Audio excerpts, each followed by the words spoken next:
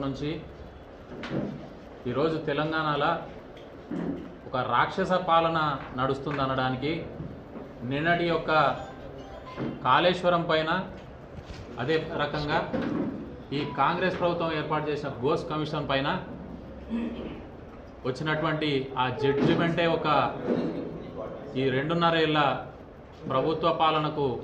రెఫరెండంగా భావిస్తూ ఉన్నాం. ఈరోజు తెలంగాణ ప్రజలు గమనిస్తూ ఉన్నారు.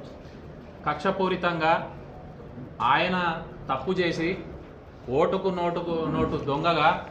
జైలుకు పోయిన ఎట్టి పరిస్థితుల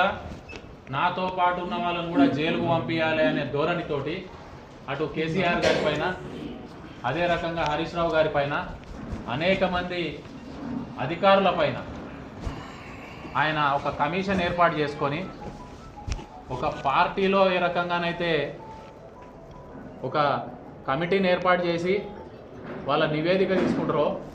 ఆ రకంగా ప్రభుత్వంలో ఉన్నాం. తెలంగాణ ప్రజలకు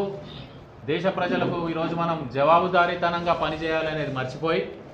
కక్షపూరితంగా ఒక కమిటీని ఏర్పాటు చేసి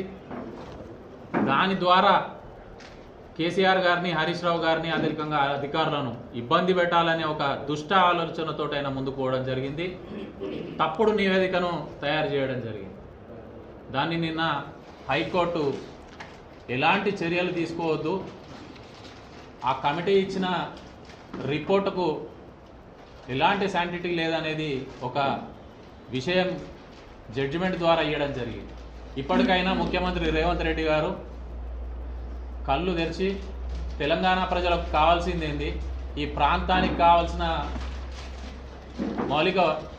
సదుపాయాలు ఏంటి, మన ప్రాంతం ఇబ్బంది పడుతున్న అంశాలేంటి, వాటిపైన దృష్టి పెట్టి 10 ఏళ్ల బీఆర్ఎస్ పాలనలో ఈరోజు దేశం మొత్తం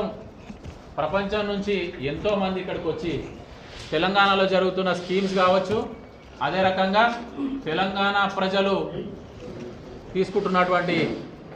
బెనిఫిట్స్ కావచ్చు ప్రభుత్వం ద్వారా, వాటిని స్టడీ చేసి వాళ్ళ గవర్నమెంట్స్లో ఇంప్లిమెంట్ చేస్తుంటే వాళ్ళ దేశాల్లో ఇంప్లిమెంట్ చేస్తూ ఉంటే కాళేశ్వరాన్ని ప్రపంచవ్యాప్తంగా వచ్చి దాన్ని స్టడీ చేసిపోతూ ఉంటే ఇంజనీరింగ్ నిపుణులు కానీ అదే రకంగా